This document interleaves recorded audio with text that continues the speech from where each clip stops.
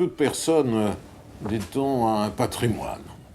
Mais quand on tombe par ce mot de patrimoine, étymologiquement, cela voulait dire les biens qu'on en a reçus du côté de son père. Ce n'a plus du tout le même sens aujourd'hui. Et le mot de patrimoine, en tout cas dans le langage des juristes, désigne l'ensemble des biens et créances et des dettes qui peuvent exister sur la tête d'une même personne. Le patrimoine est ainsi entendu autrement que le font les sociologues ou les économistes.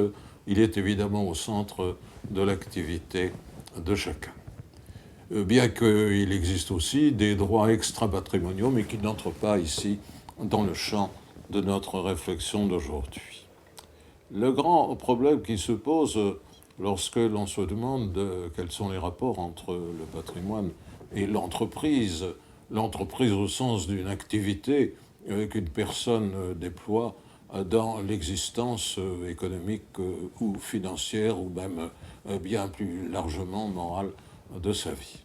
La solution est plutôt l'analyse de cette notion de patrimoine en France a été tributaire d'une conception rattachant très étroitement le patrimoine à la personne qui en est la détentrice, disons aussi la propriétaire. Un patrimoine qui peut d'ailleurs comporter aussi bien des créances que des dettes dans la conception classique.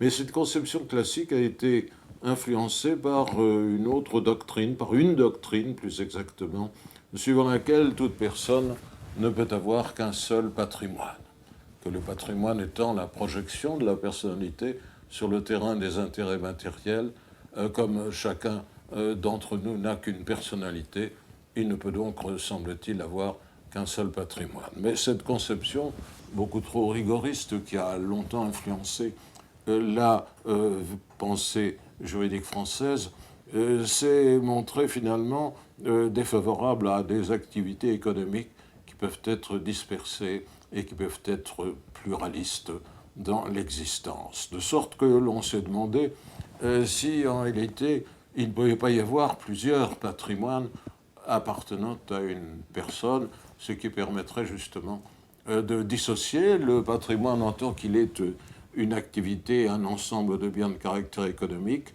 et notamment un bien qui se manifesterait dans la division du patrimoine entre ce qui reste privé et ce qui est affecté à une entreprise économique ou professionnelle.